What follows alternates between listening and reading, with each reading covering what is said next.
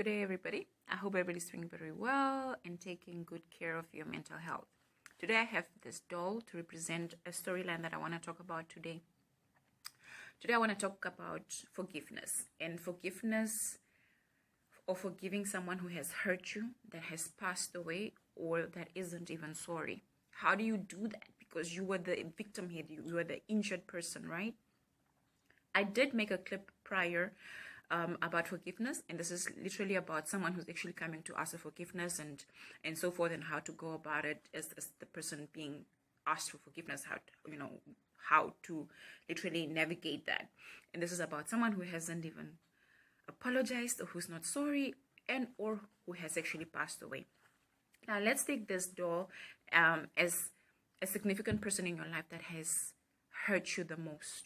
An uncle, an aunt, a mom, a dad, who wasn't there for you, who used to abuse you verbally, who would neglect you physically, who would neglect you emotionally, who would just create so much turmoil in your life as a child, and then you discover that they pass away. What happens to you then? How do you forgive this person? You can never forget. Forgive and forget. That I don't buy it, the forget part. You can never forget something that ever happened to you, because it defines who you are today, right? So you can learn to forgive.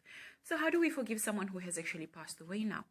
So let's quickly talk about a few myths that are out there about forgiveness. Forgiveness, the myth is about, if I forgive them, then it means that it was okay that they hurt me. It means that I'm just accepting or condoning everything they did to me. No. It's not okay what they did to you. If you were abused, if you were beaten up, if you were starved, if you were neglected, if you were raped, if you were sexually assaulted, it's not okay. It's not okay that happened to you. No, it's not okay. But you can't change that. You can't change the event that happened to you. So the truth to that myth is, what you can do is to realize, why was it me that it happened to? Had it not been for you, it would have been someone else. So it's not about you or the next person. It's about that person who's the rapist, the perpetrator, the abuser. It's about that significant person in your life, that, let's say, your mom, your dad, your aunt, your uncle, the neighbor. If they are rapists, if they are abusers, whoever the child is here, they will abuse them. It's just unfortunate at the time you were that child, or you were that person that went through their abuse. So it's not about why me. It's about, oh, this person is the cruel one. He's the perpetrator, so it's about them. So I shouldn't blame myself that, oh, it's because I did this, or it's because I wasn't good enough, or it's because I could have done better. No, they were the ones who were never in a good place to be a great adult. And so if it wasn't you, it was going to be someone else. But it doesn't take away what you went through. Okay, so that's the first step of understanding the myth or this myth about forgiveness. So the second myth about forgiveness is that the person who has hurt us need to be sorry. We want to hear sorry, because when someone says, I'm sorry, you want to have that power over them and saying, I'm not going to forgive you, and so that you can retaliate and do something. To forgive someone, especially when they have passed away, doesn't mean that now you have to hold on to this pain, this hurt, this frustration, this part of your soul that needs to hear, I'm sorry, I was wrong, I shouldn't have done that. No, the person who has hurt you doesn't have to be sorry for you to release the pain and the anger that you're going through.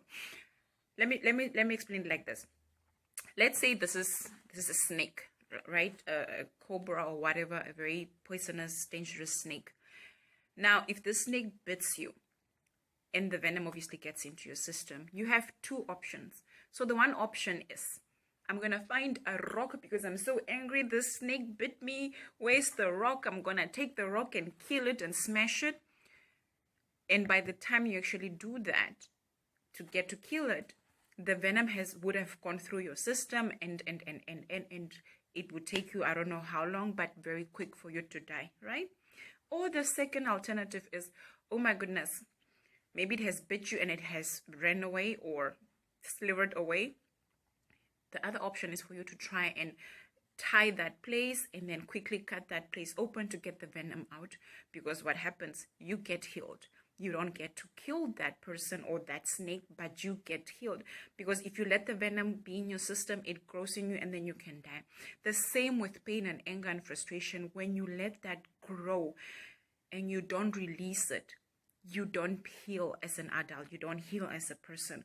So forgiving someone is not about releasing the venom in your system. It's not about them coming to take out the venom that they actually put in. It's just about, you know what, I can do better. What are the life lessons? I know that I should do better. I shouldn't do this. I shouldn't do this. Let me take out the pain and the venom. It doesn't erase what happened to you because you have the memory, but it lets you be in a place of, what lessons did I learn from that?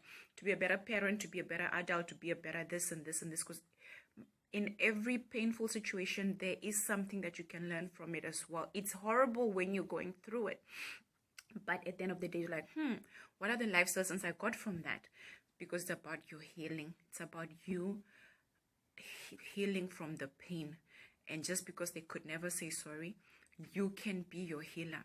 And you might need counseling and a guidance person to help you through this process, because it's a healing gift that you are giving to yourself. It affects your life. It affects the people that are with you.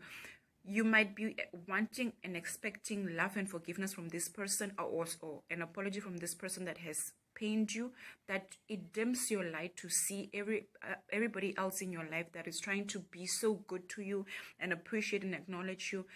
And because you are holding on to this, you fail to see this, and then you affect them.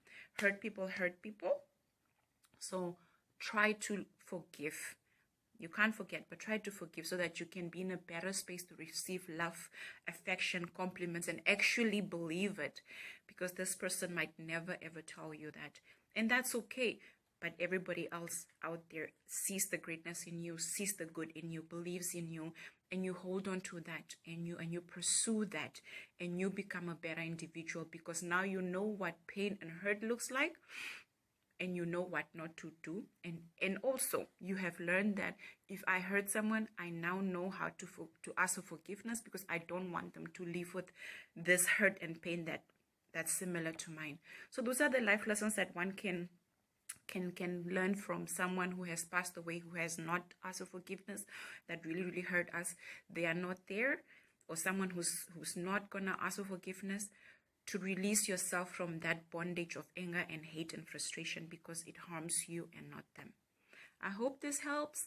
I might definitely have a session on this, an online session, and then we can have more interaction on this. And take care of yourself. You matter most, because when you take care of yourself, everybody around you sees it and they blossom around you.